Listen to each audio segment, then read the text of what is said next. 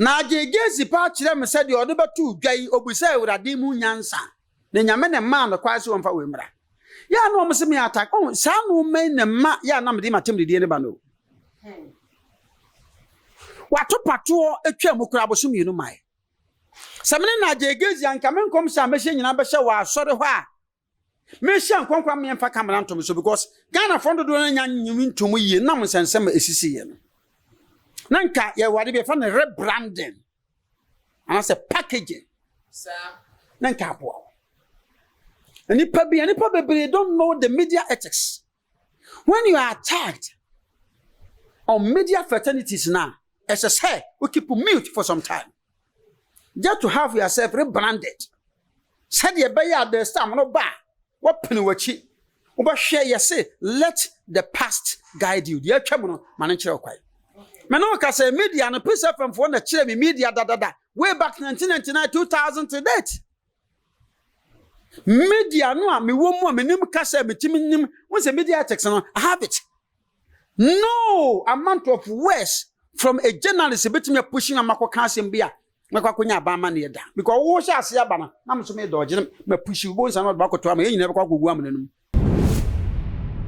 Ye prophet Nigel Gaisie ye ne nkom sha na wachi yode betu dwa efa Umofia state na Umofia state ni de say kasakwa because ye ni asase wo gina so ntie de ye mo asase ni din na so ye fa no se no kan wo se wo hu se esum kebri akata kro no so arahudie kese ekoso mu amanfo esum wo kro ni mu na ebiem so no nkom hye bi o hye ye 31st night 2019 ekom beba nso hu ebeka edwa mu ni tese nyama ebo ebeye den ni nyama hodo ekeka ho no nei dedia ekoso na ebiem so osakade to aso se wo ye Umofia state no ekeka ko hepek mu biem hepek so de Ghana ye kura yetimu yinim se Ghana di hepek pen NPP a penso kufa penso na wosaka se sa be sibiem ne nkom hye minim se wa wodo ani afemu bia but kakra metimi aka se na ibere a nkomode betimi akon kan no wo ne sen Abante na Gaisie enyo na no ho ba asem na nsen ase wakoto atopa no ba ya che kakra ya me show mu kasa ya utu boys we no mfoa amomfa obi nsizi wo nkom hye wo tina da bia me ka bo me say a gift from God without applying wisdom to it becomes fake. A gift from God without applying wisdom to it becomes fake. Achadi ye pay frasa forward. Na nyansan ka ho no. Eba beye achadi ya dada akra. Bible says ka obi nyansa o mu say Awurade. Na Gaisie pa kire me said you betu dwai obusa Awurade mu nyansa. Na nyame ne ma no kwa so mfa we mra. Ya no mo se me attack. Oh, sa no men ne ma ya na me de matem de ne ba no.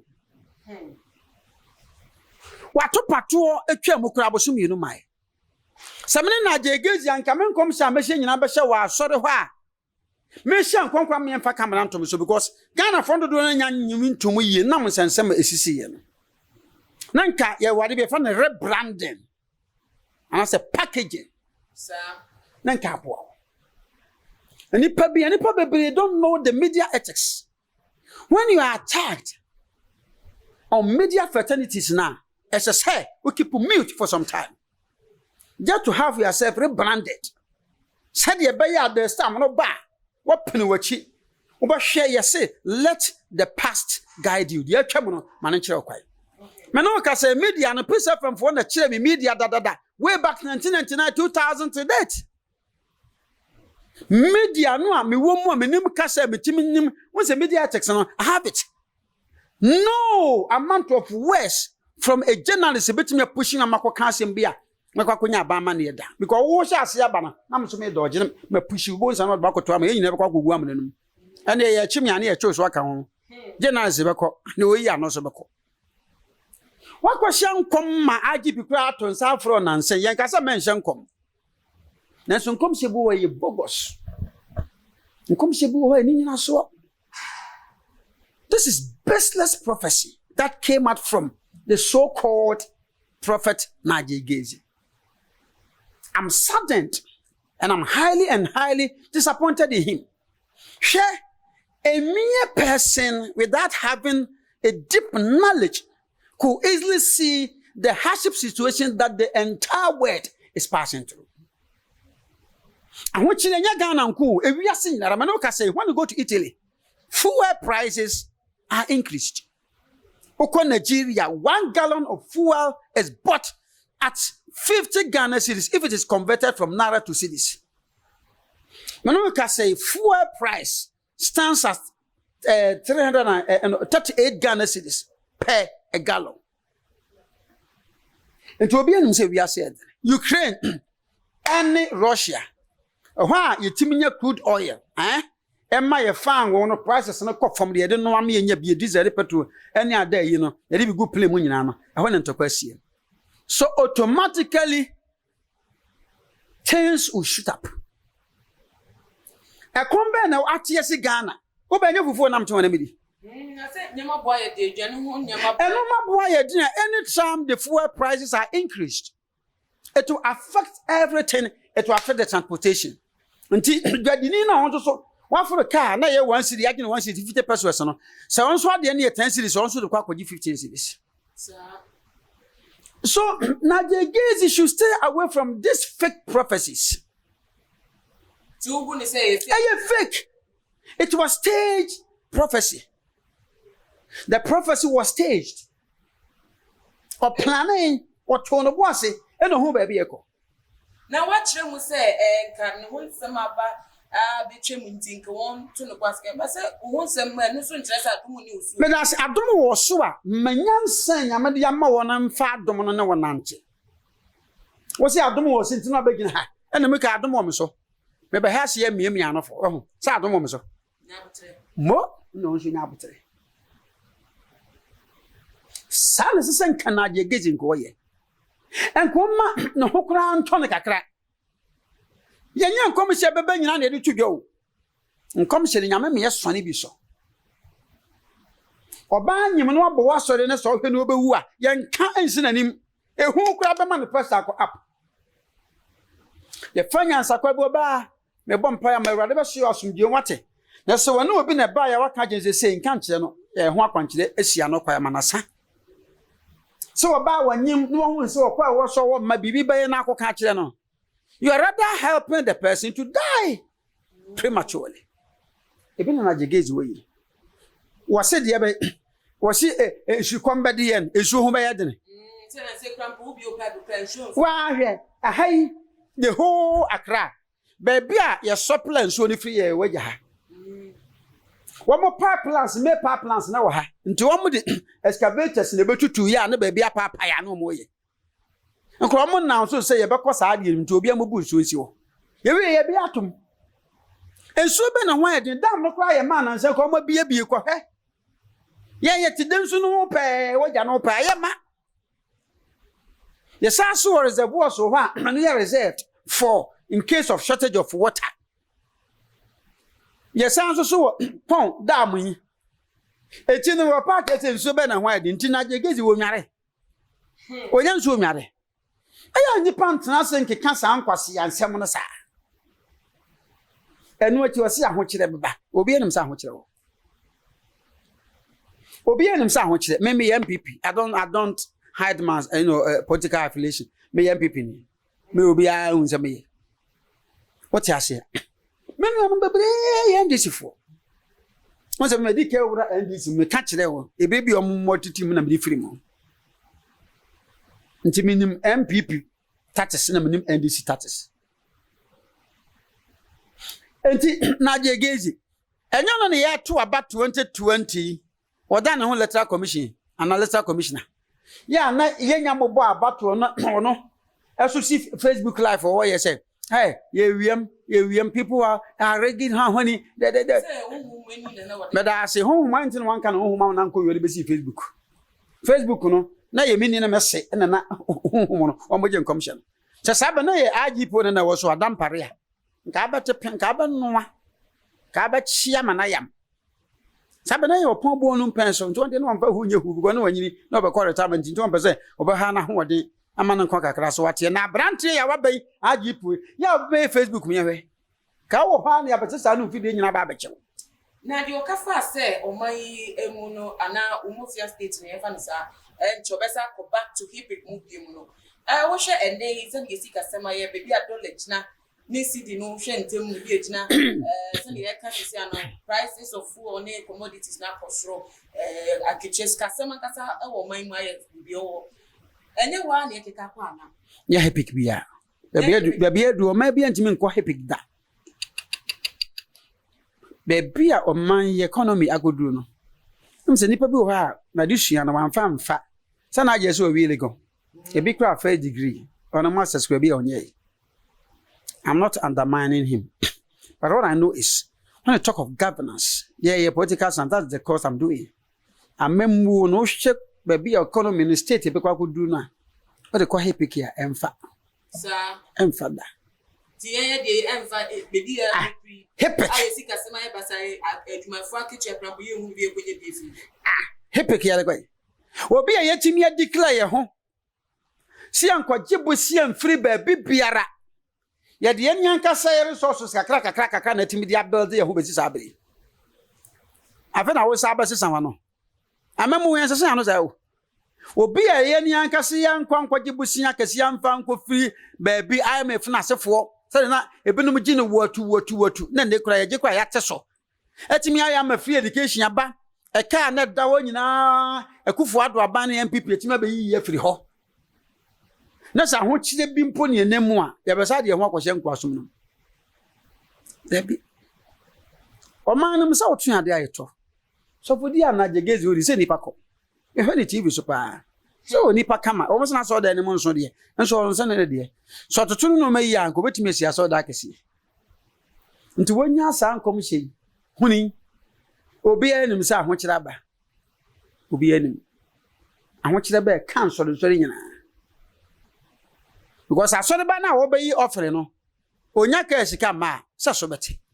Uko dwoma no magu ni panto. Enya ben ya enya obi a eye wiase na ayedene. Mi sister of France. Yesifu won president announce say the ayedene nti obi biara we ya ben dwuma bia no every month be on beto 70 euros. No for full. Say be ya full price no betimi akoto bi dia banya sa de omutimi nya full ma o man no. Chamanfo bebre Italy ni France ko amanfo use private cars no ma pack sisi ho. Omokro mo ya advanced countries e Ghana de no apart from bombara 3 ene ye wo kwaye etimi ye Ghana ha utimi se diesel ko etimi no bi ye de kwa abeje na kono no machem afa bi ne ye de aba enti o ma na ho odin sha eno ma de chichire mistake ya Dr. Kwame Nkrumah ye ne se ne de kwa san ko sake abrofo nya momko South Africa sinya afa ho de no Mandela wa ya de o One man brofo bi tiam nti ko South Africa te se Europe abrofo nyansa ni bi be kan ye ho a sabenki ye ko yanim ba Kwame Nkrumah mo nyina akọ ye na ka akatrekwa ene esi ebetumi nti fi Kwame Nkrumah penso wantumi ane nkọ yie no obeye tu dictatorship ene omutu na bangu ye research osisi nyina mo de sabe na mususa wo wu yin ye afri ho what I say omutu tu ni nyina afri ho ene omo de pam no eti ene ne didi mu a afifa baby a champion na na kufuado papa krade ohuna mane afa wi achi obedi akobia ekoche no kotum na sefo ene didi mu a Lawrence be ye bi ye pa Lawrence personal subsidies bu ha wetimi yi free so na wi asenya adini se yanuntum sa Messi masori yes Messi masori de ne cement one bag na ye 5 cedis me two foundation ye Messi na ye 5 Ghana cedis ene cement ye 52 Ghana cedis ene so aban na ye wo ye no no mo krefra abochire no se abochire no ade ba ko Ghana fo nyintum ni ye nsika no emu nyedu nyintum za esa ban ehye mbo se obema ye sika ne mo ayudwa na betime china that's oguso wa ne nyanye nti am fan say the 10 is in the pipeline that political word the 10 is in the pipeline into a pipeline nche bepi okay the pie so a e bepi na je Gaisie aso amho say ana meko when ya so for asabe na so gina bom pa ye emma nya fe na ade nkom che bia betututu wiem boys ni munya isa na je Gaisie mentan no ba metano no ma bia ya wo ye me panasem he me de mensase me boka na kwere se odifo bia na ogana wo hu na de se na me amte ye da enso mentan se nkwase ankom sa adifo na de ensase ya bude no it adifo na gira bebe ka se mani no makotete maje aduro gumani they know it odifo bia na ogana obetimi ma hye nkom da me nwama no mu damate platform so God is my witness. I swear with my Bible and with my car keys. Nyame sheda mama dum tin FM computer. Odifo say ni pa edi hu na de. Ani pa. Azan bi anim. Say ebi no ye no. It's 25th to 27th of this month March. May program ya bra bi. Now they ya wan kasa fa ni pa fifie bra. Oba mo mo ntira say entra me wo mo. Me po ni din age telephone number baby wo fere aduane wo di ye ne papa na maama ni kurum enso me fa ho na amo boys mu banana ade ya mo na mo de nkom hye beruri wo man no ebi mienu bi so ebe cho say let's pray more for the security service. A big servant of God needs prayers, heaven awaits him. A big servant of God needs prayers, heaven awaits him. So same way ebi so panyi bi bewu Sunday bi mo ka bi so ene na je Gaisie nkantum se ye ne anasem ba ye ya so mpanyifo e kan bi no me na bewu ana se hwan we nya nkom hye wo be ma usin so ma enham so ni se me a beka se ni pass masi o so panyi ni sei wo be firim me ameka so se me ameka me bondini na a big servant of God e be firim a hey, asofo ebebe ayen kokkrafo. Komete bia, ye no afri mu. Enti na je Gaisie na pa kire se, won so asem ba ya me gigire mu no. Me sofo panyin be firi mana. Ena nko no mo de ga because me meti no. Me nwe na mo no. Me nwe nsan yo mo wi bie yi. Wi ya me no mu ja e berebi me no mu ya na bi ja ye. Na me wana be ti no na mo wi. Ebe sine nya sofo bebere se meta so no wi mpacho me ja ya che. Me ja ya che pa je se dia keke ka na em se wo mo wisi no na se wo mo je mu. Nti me kasa nti na me kasa wa na. Me kasa ko na no se wo mu a ebe firim. Ese wusie ni pie. Ebe pie. Me wi no dia na no hye. Na no hye papa. Na man camera. Me yi beti wo atwitwa kwase antokwa nko a. Enti me metiwe wi me ja no mo me ya mugusu ya mempe ensa me no bi me nhyan komtro me dua ne emedi ye body ampese ni nkonto mi ne pe kwa nsusu anase nsusu apai de aye nkwai da ba na obo nse meti ye didi a stade o me nsan ba o bi da bi manwa dua nyi me nkɔ no sa obeye mo kura na me manfa anwa nka ho me de ngo na eye nti boa me 55 years unhu me yafunu unhu hu so be body me ka say free me chesa akoma no ye adwuma kidneys no ye adwuma na mo de me nam hoi mo kura mo nyanwi ye sofo mpanyimfo na mo de wo be maye ye di sofo nyenne ye di sofo amana che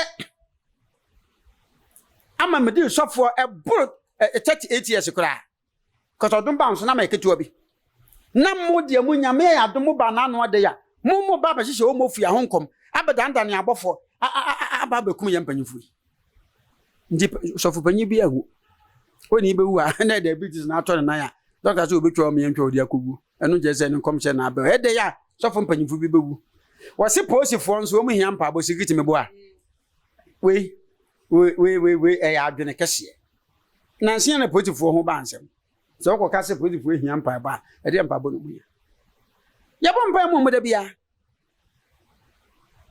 me pese me dibo ne pa na nka agi pimi ya cheme nti nka me hyase so no abakwasi na da bia ka so pese no mere woni oyire ba wo na wo de atumi so na de me nyawo am ka say yes watch me posifo ye da bia ka o mpa bo nti nyo na be kire say yen ka mo mpa bom o mpa bi o mo ma wo mo fia no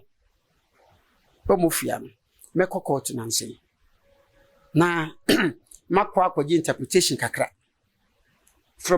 direct from court me nya deep interpretation na me forward ya ko Supreme Court ye hwe se omofa bi ene ha me de injunction beto eye omofia na Nigel Gaisie o kan so na obi bi sase no de se nya wasem no onya ne commission wo sha wo fa wo de kwa court eye omofia wo kan wan kan mesi o mai mu da bisu wan mo man ga na di omofia se ya check ye eni ba bia eni wiase ba bia nti omofia no ye another way ayi bai kuro bai wo te Ghana ha tie mra no Ghana constitution ma akwase o freedom of speech and freedom of expression as a worship wonderful pe baby e wugina na Ghana asase so aso na wugina nti asase na wugina so wuntimi nhyankom ana ntimi nka bibi mfa asase e wugina so ayi wo man no ho de na obekwa akoka other country be a fine and mistake him but omofia ya hwa enye wo de omofia nso so e de intimidate o man no eyedie no man kan kode a ene ebra na be chem omofia na se every citizen has right to pursue this and then the person will win.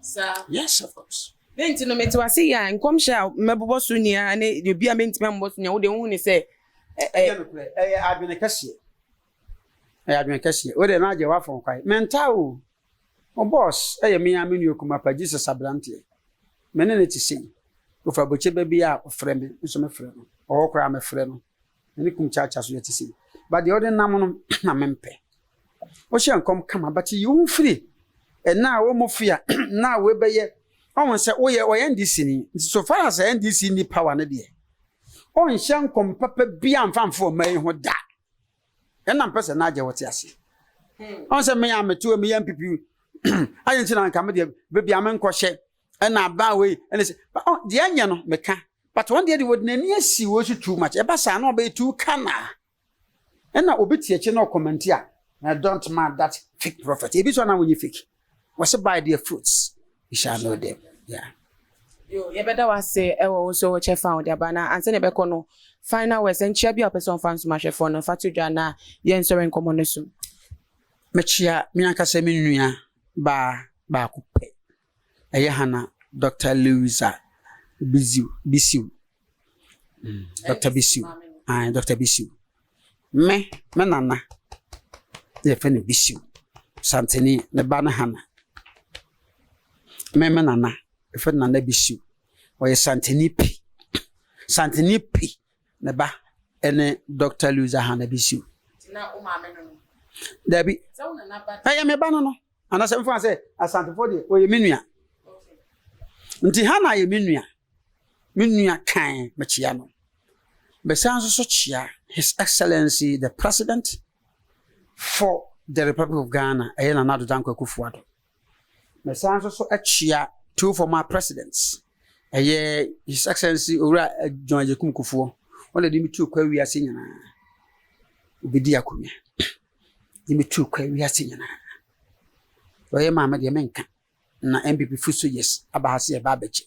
And was so achieving fast the beam. And then Chiama. Ura John Jamani mama. Abrantepa. And ho fe.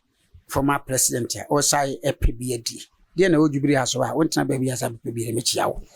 Afi me sa chia. Fuso yes ya. Mo say chief of staff for come 50 Ghana. 50,000. And yes sir, 5,000.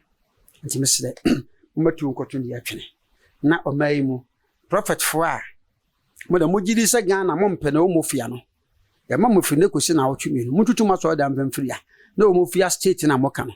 Mfa so da no kosi nya sa ye be ba do me ho na me di dwa wie betoto no ma ko do me dwa kase ho me na me re betoto no ma wie a na me de mani ahwe yisu my microscope ahwe se me ho ba bia omofia state no wa na me hwe ma na me ho ne kosi aso da keto bia ya twe no ni din HD kaya na me di bulldozer di abetwereko me din Eddie Eric nana akosi amponsa me number is 0244 57 1050 0244 571050 wo from ya me ma omofia nkomhye me ma nkomhye kan Odi for Eric Amponsa Dodona friend or computer man our da as a funny day at the Hope Generation International Ministry no na na cheche enkomono na wonso wetin enkomono abesi san be penso we abomodia na fa wa dwen chefa ho to ayen we comment section ho na biem no share all the social media platforms. We say no follow Tuma GH or Instagram, Twitter so at Tuma GH _ Facebook Too Much GH. Me din Edna na ama usanyame yaduma yebesa shabi makramo.